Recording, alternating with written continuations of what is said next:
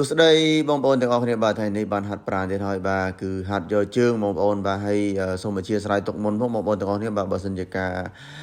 ហាត់របស់ខ្ញុំនេះគឺមិនត្រូវនឹងស្តង់ដារលក្ខណៈស្តង់ដារអីចឹងបងប្អូនបាទដោយសារតែខ្ញុំហាត់តាម YouTube ហាត់តាមគ្រូដែលគាត់បានហាត់នៅក្នុងក្លឹបនេះគាត់បានណែនាំខ្ញុំខ្លះៗតែប៉ុណ្ណោះបងប្អូនបាទហើយសម្រាប់ខ្ញុំគឺថាមិនសូវបានហាត់ជើងទេបងប្អូនបាទយូរបានហាត់ម្ដងអញ្ចឹងគឺថាអូឈឺដល់កហើយបងប្អូនហើយបាទហើយការហាត់នេះគឺថាក៏ហាត់មិនមែនយកគីឡូធ្ងន់អីដែរបងប្អូនបាទដាក់ស្រាល5 10 20 30គីឡូអីទេបងប្អូនបាទដើម្បីឲ្យយើងស៊ាំសិនណាចឹងបងប្អូនបាទហើយ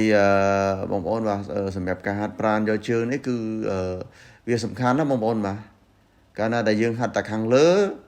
យើងអត់បានហាត់ខាងក្រោមក៏វាអត់សូវជាល្អមើលហើយក៏អត់សូវមាំដែរបងប្អូនបាទដូច្នេះហើយលំហាត់ប្រាណគេតម្រូវឲ្យយើងហាត់ទាំងអស់បងប្អូនបាទហាត់ទាំងលើទាំងក្រោមទាំងដៃទាំងជើងទាំងខ្នងទាំងស្មាទាំងពោះអីចឹងទៅបងប្អូនបាទហើយសម្រាប់ខ្ញុំបាទនៅក្នុងរយៈពេលចុងក្រោយនេះគឺមិនសូវបានហាត់ជាប់លាប់ទេបងប្អូនហើយបាទព្រោះថារវល់លេខកាត់ជើងត្បូងរហូតបាទមិនសូវបាននៅមួយកន្លែងបានហាត់អីឲ្យជាប់លាប់នោះទេបាទប៉ុន្តែឲ្យតែមានពេលទំនេរ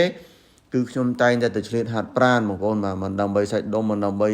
ក្បាលពោះអីទេក៏ដើម្បីសុខភាពបែបញើសអីចឹងដែរបងប្អូនបាទហើយកន្លែងដែលខ្ញុំហាត់រាល់ថ្ងៃនេះគឺបងប្អូនទាំងអស់គ្នាបាន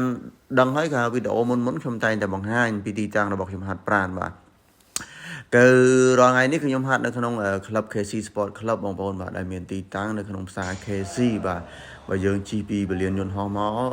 ជិះមកត្រង់រហូតមកបងប្អូនឆ្លងទៅផ្លូវទៀសភ្លើងមក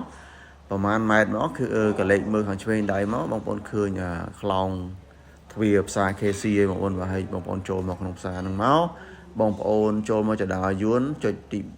ចដាយួនឡើងទៅជាន់ទី4ទៅបងប្អូនចេញពីចដាយួនទៅងាកឆ្វេងមកគឺឃើញក្លឹបហាត់ប្រាណហើយបងប្អូនបាទហើយសម្រាប់នៅក្នុង